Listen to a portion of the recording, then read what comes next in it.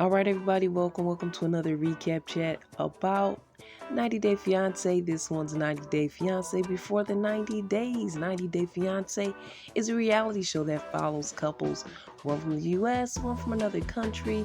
We see how they navigate everyday relationship issues, long distances, cultural barriers, language boundaries, and the whole legal system when it comes to being man and wife. It is 90 Day Fiance. This spinoff is before the 90 days.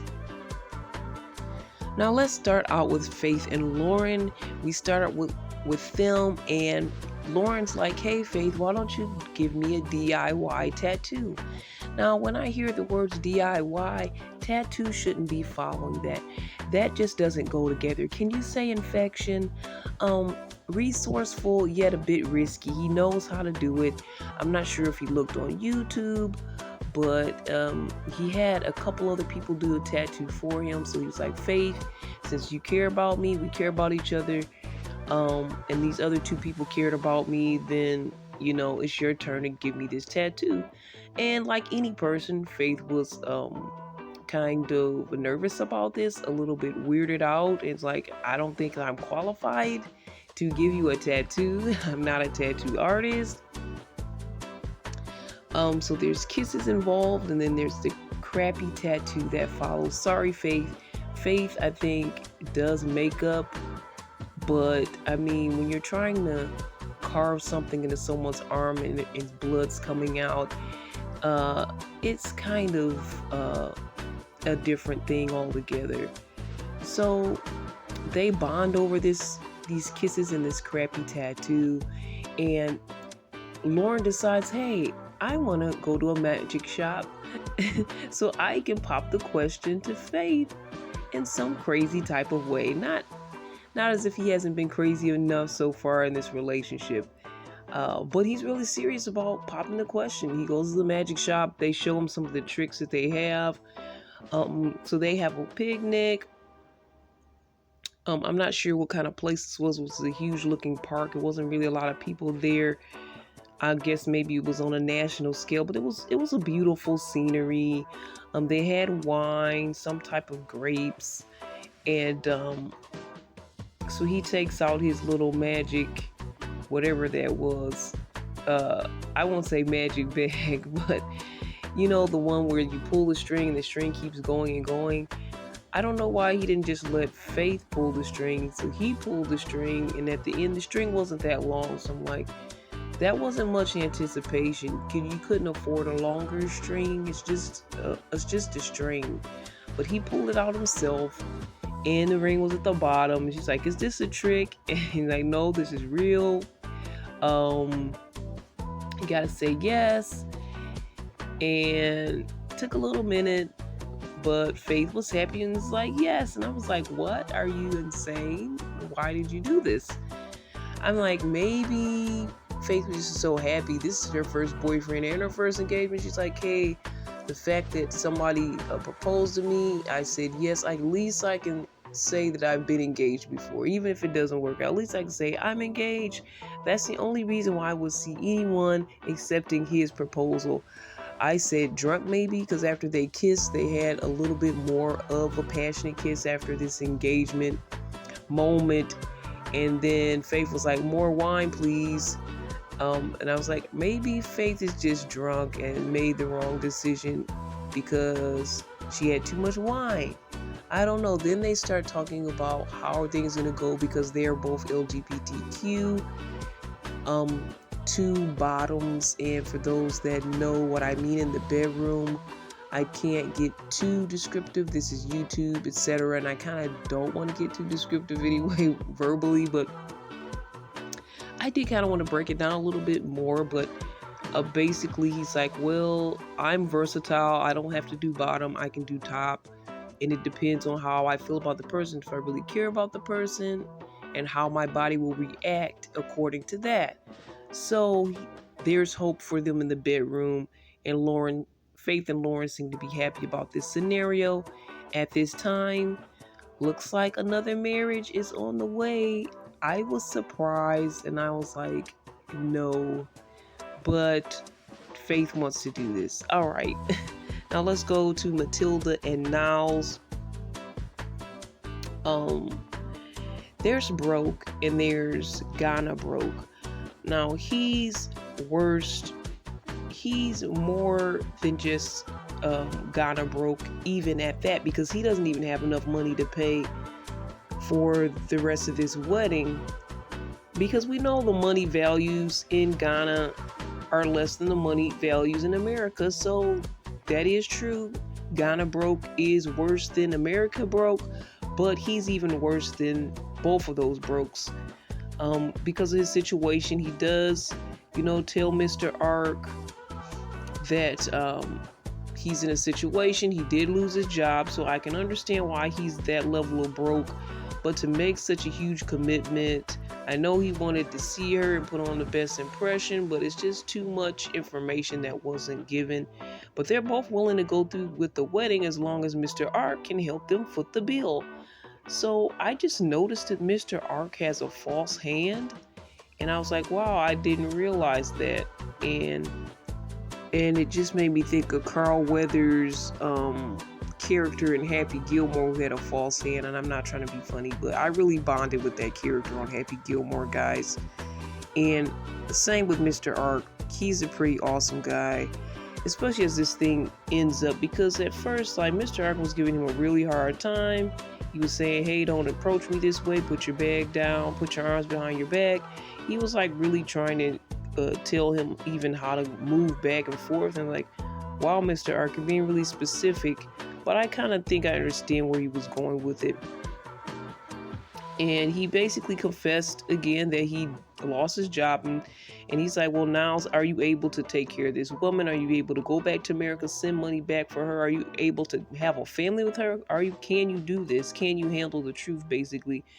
And he's like, yes, I'll be able to do this. And he's like, well, you're gonna have to tell me when you could come back and how much time you can come back and bring her back in America as a wife as soon as possible. So first he says 2 to 3 months, then he's like 4 months, and he's like, you have to be completely serious about this. You have to be true to your word. They don't play with timelines and dates. If you promise a date, you better be there at that date and time. So I understand why he's pushing it back. But Mr. Ark did kind of shame him a bit. He was like, you're American. You're supposed to have a bunch of money. You know you're about to come up here in Africa and marry this person. You're supposed to have a lot of money going for you. Maybe not to that degree, but like I said, American money is supposed to be more than Ghana money. But so again, he asked him, does he have a plan? He's like, yeah, I do have a possible job lined up. I had an interview, and it's a better paying job and all this. So hopefully that works out, and hopefully it does. He's saying, this may be an unrealistic promise, but I'm going to do this promise for this 4 months. Of course, he doesn't tell Mr. Ark that it's unrealistic, but we all know it is. Again, Mr. Ark fussed at him, but he has his back. He says, yeah, okay, I will cover you in this as long as you can cover her for the rest of her life. It's a tall order, but that's what you signed up for, Niles. And he said, okay, I'll do this. I love you as a son. They were walking away together, holding hands. It was a nice moment. And since he doesn't have his dad on his side or his mom, it was beautiful for him to have Mr. Ark on his side. And hopefully he has like a brand new family with Matilda, and they're more accepting of him and everything he's going through and what he wants in life. So that was a beautiful ending for he and Mr. Ark. Father figure, loved it. Giving me Carl Weathers just a bit, just because I love him in Happy Gilmore, and rest in peace to Carl Weathers. All right, guys, next up is Adnan and Tiger Lily. So they're getting ready for the holiday. It's Thanksgiving time during this taping, and he's walking up like a billion stairs with a bunch of food. I think it's himself and another man with him. I'm not sure if he's the delivery guy or what. But his mother and brother are coming to visit for the holiday. And guess what? Tiger Lily cooks. I was shocked and surprised. And Adnan brings in a random pumpkin. She's like, what is this pumpkin for, honey? And he's like, well, I've seen it on America for Thanksgiving, so I just decided to bring this pumpkin. I thought it was cute, and it could be a nice centerpiece for the table, but it was kind of funny. He said he knows nothing about Thanksgiving. And basically Tiger Lily's doing all the work in the kitchen. He's chilling on his phone, and he lets us know he's spoiled, and his mom and sisters, I'm not sure if his sisters, his mom and aunt spoiled him, because I don't think his mom has any daughters. His mom and aunt spoils him, and he's expecting Tiger Lily to spoil him. He doesn't have to do any work in the kitchen. So he makes, I don't know, they're just fooling around. He brought all the food in, and fooling around means joking around. And they have like turkey breasts. They don't have the whole turkey, which makes sense because it's gonna take forever for a whole turkey to cook. We're not sure when the family's gonna come and the whole timeline for that. So she's basically doing a lot of stuff, and he's just kind of around. At least he did bring the groceries in. He makes this really weird gobbly sound that sounds exactly like a turkey. I say he was very excellent in making the sound of the turkey, but as far as anything else, he wasn't excellent at. At least he was honest, and this is his background, Tiger Lily. This is what you walked into. He's a young and goofy guy, making turkey sounds very well. They got turkey parts instead of the actual turkey. And, I think somebody asked her, one of the producers, like, well, with those long nails, Tiger Lily, how are you going to be able to cook in the kitchen? And she's like, with these nails, I can do anything. I don't need knives. I can just do everything with these nails. And she just gave me a picture of Edward Scissorhands. In my mind, I was like, she's a regular Edward Scissorhands in the kitchen with those long nails. And I thought that was funny. So it's Turkey Day in Turkey. I thought that was cute that she said that. That was facts. But she doesn't know the Celsius or for the Fahrenheit. She knows the Fahrenheit for the temperatures of the oven, but not the Celsius. She's asking Adnan. He's like, I don't know anything. And I'm like, doesn't Google exist there anymore? Can't you guys pick up your phones and look on the Googler and find out these information? But looks like no one did. I don't know how they figured it out. He said he told her everything. He told her he doesn't know anything. But she's like, well, I know that he can't cook or anything, but at least he could be supportive in the kitchen. At least he could be like a helper or something, even if he doesn't cook anything. It's like he's watched movies about Thanksgiving, so he's so excited to have a Thanksgiving of his own. I think he really has a love for America. So his mom and his brother arrives. And the mom is so kissy, hugging her son. It's very sweet. It's super affectionate, a little bit more than I'm used to seeing. But not weird, just very affectionate to me. I didn't think it was weird, because sometimes it can go cross the line of weirdness, but I didn't feel that. And then she kisses Tiger Lily on the head. It's very sweet how she kissed her. It was very affectionate to me as well. She's like, you're like my daughter now. And I think the mom's like, telling the brother, you can go ahead and kiss her. And he's like, no, you can't kiss the brother. He just shook her hand, because no other man can really have any touching towards his wife, which in a way I get it, but a friendly little family hug, he can't even do that. I feel like it's a little much. They say everything's very nice. They like the food. I was in sheer shock. I was scared for Tiger Lily. I was like, I hope this food actually is good, because I wasn't sure. But it was a hit. It was a success. I was happy for her. Again, the mom said, you're like a daughter to me. She's begging for grandchildren at this point, and Adnan has to translate. And she's like, when you have the grandchildren, bring them to me. She said he's going to leave and be going to the U.S. And he's like, well, we're going to visit like every month or two or something like that. And Tiger Lily's like, well, a little surprised that he's expecting to come back to his country so often once they get to America. If she does have the baby that they're supposed to be trying to work on having, she's going to need him to be a full-time dad, a full-time husband. And he's not going to be able to just jump off to go back to his country whenever he pleases in a month or two. It's not going to work. So it's something they're going to have to talk about in the future. And she's like hoping that he's not putting his family over their marriage and relationship, because he's really close to his family, and he's really like, I'm going to miss you. She's like, mom's like, she's going to miss him.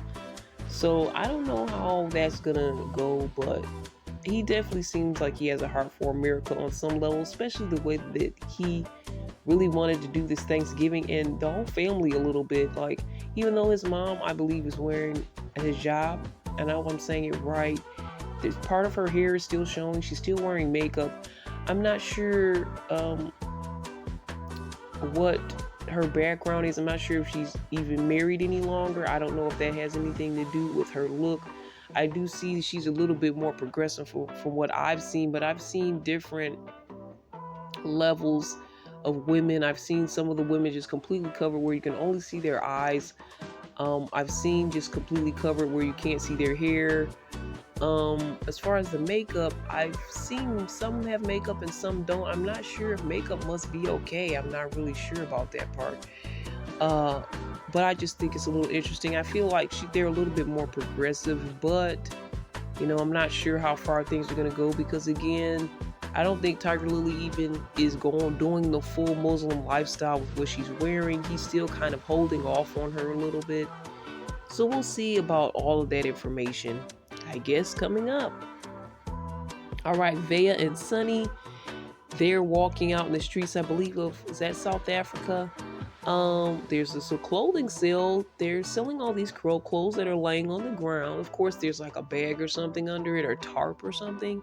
It looks like a bunch of underwear and stuff. She's like, they sell these clothes on the ground, and they picked up something, and he was like, this is a fishnet, and no, it's not a fishnet. It was like a sheer lace top or something, or bra.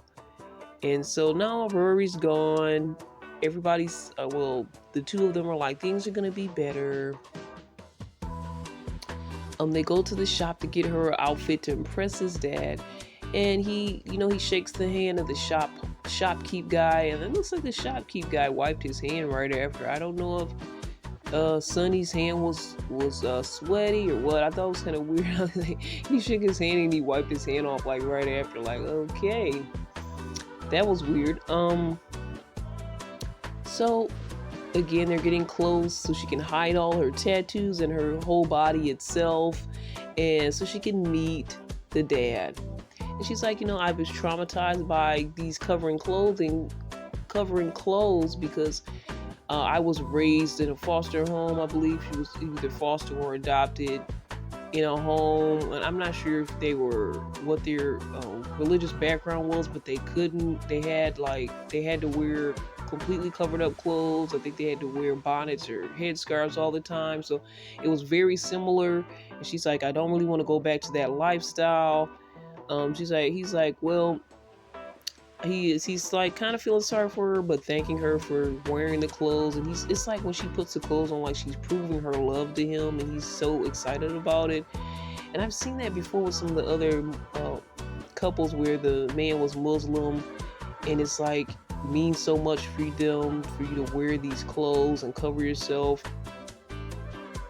And he said, we have to try to prove. And I'm like, what are you trying to prove? Should you try to prove anything to your dad? Can she just be who she really is? What are you really trying to prove here? So when they get to the dad, she's like, well, you guys kind of look alike. The dad looks a little bit smaller, a little bit scrawny. I'm not trying to make fun of him, but I'm just saying he looks smaller than his son. But I think he's taller than him. Then he starts making remarks about Via's looks. Like, no woman wants to be scrutinized like this. He's like, you looked a little bit chubbier on the camera. Are you tired? And I have seen on social media people saying she looks old. She's only supposed to be 27 and she doesn't look it. Let's add like 10, 15 years to her age or something, because I do see them saying, she looks tired and a little bit aged, and I'm not sure where that's coming from.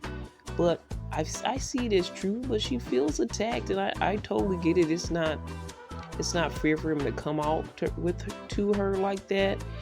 And, men in American culture try to be a little more subtle, but, I've got the, hey, you look tired thing before myself, but American men seem to be a little bit more subtle. He just straight up like, You look like this, you look like that, you're chubby, you're tired looking, you're this. And it's just like, wow. And you're just meeting the dad for the first time. It is totally a negative vibe that dad's giving.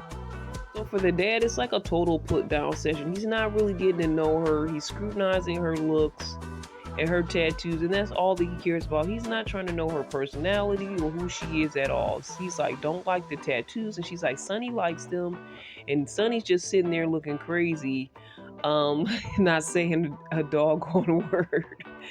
And like, I wouldn't even put Sonny in there. So she's kind of like taunting Daddy, like Sonny likes it. I wouldn't taunt him like that because Sonny's gonna flip on you. Watch. So he's like, well, are you Christian? Are you whatever? She's like, well, you can say I'm Christian. I guess she probably doesn't follow any of that, but she's like, okay, you can say that. And he's like, well, even the Bible says tattoos are wrong, so you need to take them off. And she's like trying to tell him the backstory from her tattoos about her brother passing and his date of birth, I think, is on one of her tattoos. And he doesn't care about that. He doesn't respect her wishes. He was like, I'm sorry, he was like, you know what? After she tells the story, he's like, you know what? Tattoos are wrong. And that's just how he left it.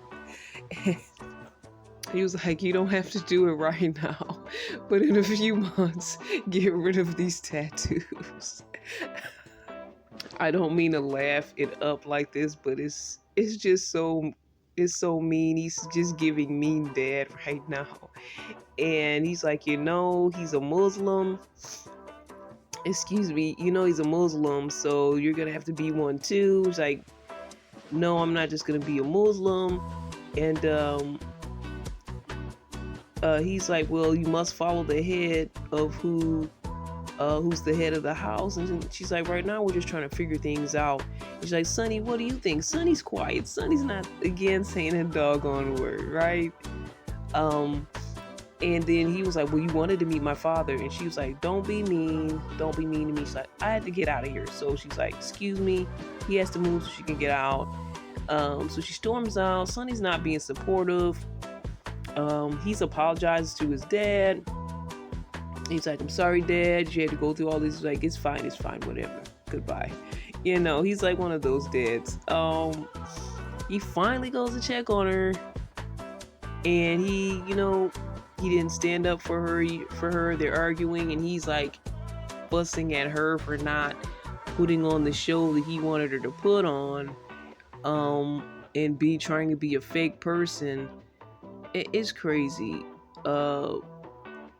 I just have like negative vibes on him like really badly now because of the way he did things with his dad, and he's like not on her side at all. He threw her completely under the bus. And I think they were showing future episodes he's gonna like ultimatum her and say, if you don't become a Muslim, I can't be with you. And he didn't tell her right away because he was scared he was gonna lose her. But then you throw her under the bus anyhow. Do you even care about her? You sleep with her multiple times and like you get some from her and all that stuff, but then you just easily throw her under the bus when she meets your dad.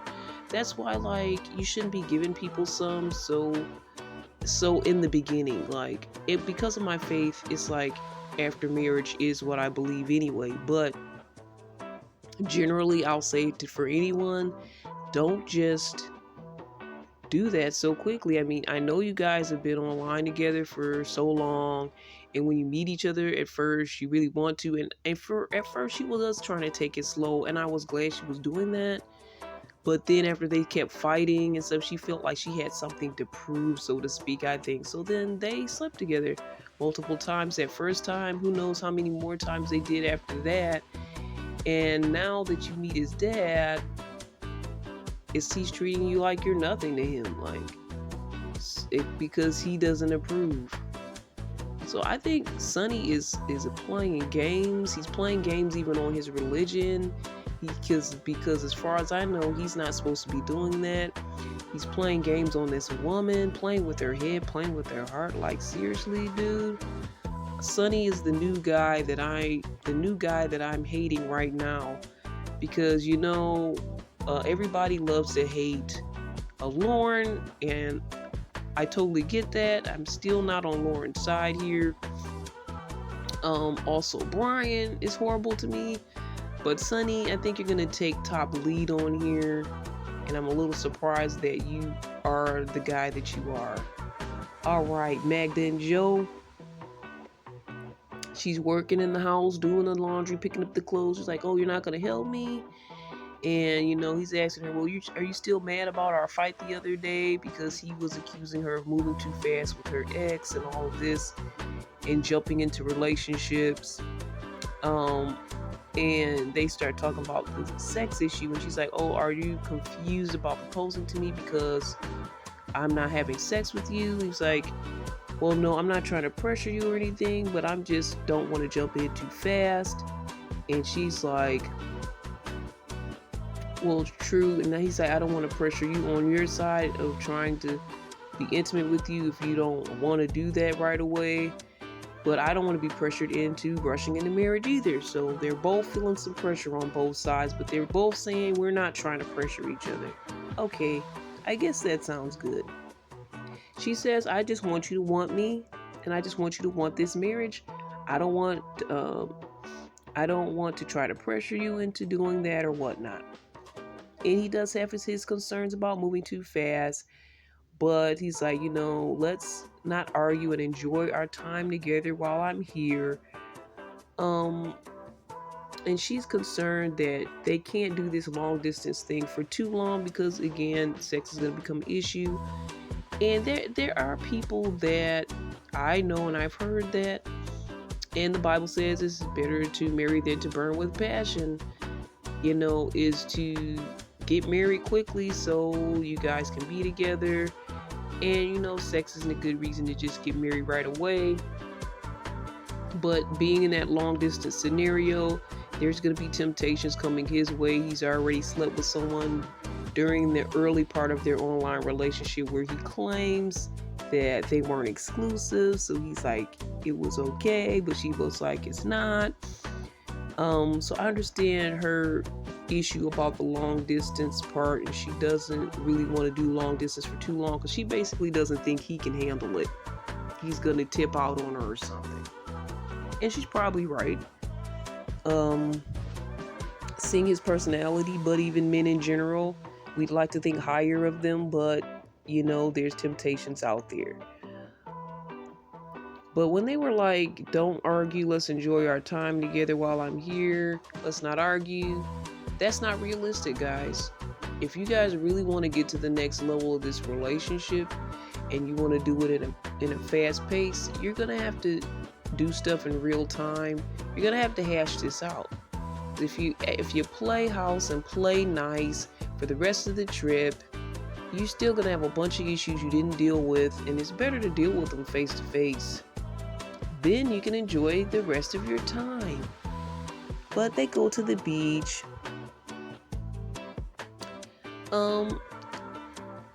Joe does a little inappropriate bottom tap. She's like, "No, be romantic, hold my hand." So they start holding hands. They have a cute little picnic.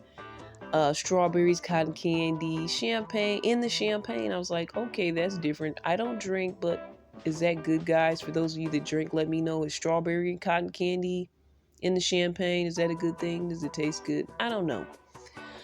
We kind of get a little bit more into Magda's backstory. Her mom and dad were divorced at 12. He's actually supposed to meet the mom soon. So that comes up, but then she's like, "Well, my parents got divorced at 12, and that broke her as a young girl. She started to not trust men. She didn't like men anymore. She even hated men." So that's really deep. She's a young woman right now too. So he's walking right into that, and he's like, "Well, I'm sorry, I apologize. You've been through all that. I understand how that could be painful. What did your dad do?" That information she is not telling the producers. She's not telling us or Joe at this time. She's like, "I just don't want to tell this information as of yet." She's even signed papers to disconnect herself from her father. So she's taking him off her birth certificate as if he didn't even exist. Like she's erasing daddy legally from her life. I'm like, he must have really did something. I mean, if he cheated, that's bad. But what did he do? Like, did he try to make amends with his own daughter? Like, I'm just speculating, like, he must have really did something for her to just disband from her father. What is it, like, disown her father completely, legally, on paper? Because I've heard of people just disowning their family, just not going around them anymore. But she wants the whole paper and everything stating, this guy's not my dad. So that's really, I really need to know what's up with that. All right, guys, so we got more. We got, I guess we're closing out with Brian and Ingrid. So they broke up, as far as Brian tells us, after he had the whole issue with his friend Brian. Brian meets Ingrid. Brian's friend Brian meets Ingrid, and then he's kind of talking like Mr. Big Stuff, and then he mentions that he had like 4 marriages, and she's like, you had 4? I thought it was only 2. And then he starts complaining that she basically is trying to use him to get to America and bring her kids up there. And she's like, are you basically trying to call me a prostituting myself out so that I can get to America? I'm not that type of person. So he texts her to talk things out as she's preparing to leave. He doesn't want the last memory of him to be negative, so he wants to try to fix this, have some good closure at the end. He's not going to fix the relationship. Part of me's thinking he may try. She said how things ended. They meet in her room. She confronts him and says, basically, you called me out as a prostitute, and, that wasn't right. That's not who I am. He doesn't apologize. He's just like, I have nothing against you. Things just didn't work out. And, they walk out of the hotel. He helps her with her things. I'm like, first Chitty, and now Chitty and Renee, they kind of broke up a little bit earlier on in the season. Now we're having another breakup in the season. I say it is for the best. He asks for some final hugs. I think she gives him a couple more hugs, and then he starts to cry, and it triggers her crying. He's like, I didn't want it to be this way. And she's like, okay. They both are sad and crying, and I guess they've really bonded, but I feel like she dodged a bullet. Later on with the producers, after she's gone, I assume, she says she missed him. She's going to miss him. He was a companion to her. And she starts to cry again. She has a nice, big, ugly cry. She puts her whole head down. All we see is her head, her hair. So she really had a connection with this guy and was hoping for the best. Brian's like, he needs someone who wants a real future with him. And he felt like Ingrid was his last hope in Brazil. He needs someone to accept him and his lifestyle. And there's still someone out here. The producers asked me, says he still thinks there may be someone out here for him, but he needs to work on himself. He needs to put a lot of work on himself so he'll be ready when she comes. And that's facts. I'm like, dude, are you just now admitting that you need a lot of work on your life? Maybe this relationship was a catalyst to show you how you need to be a better man, because that's definitely true. So that's the end of their story.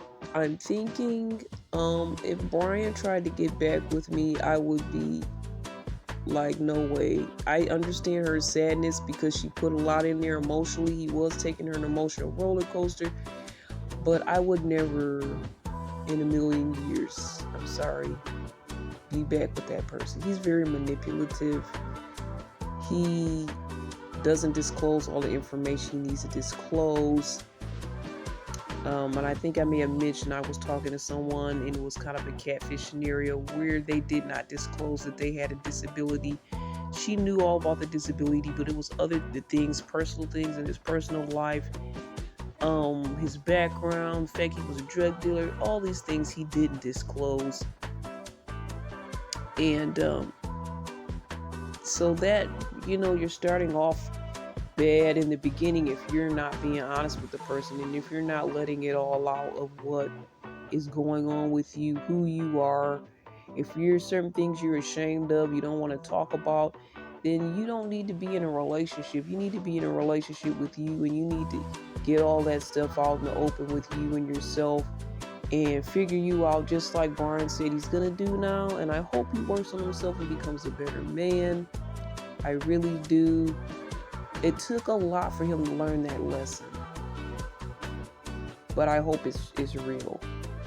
All right, guys, this was a good episode of 90 Day Fiance. Before the 90 days, we're going to talk more faith, love, and trends, more reviews, more chats right here on CBiz Media. This is Irene. If you have any thoughts, comments, questions, email me at cbiztv@yahoo.com. That's cbiztv@yahoo.com. All the best. God bless.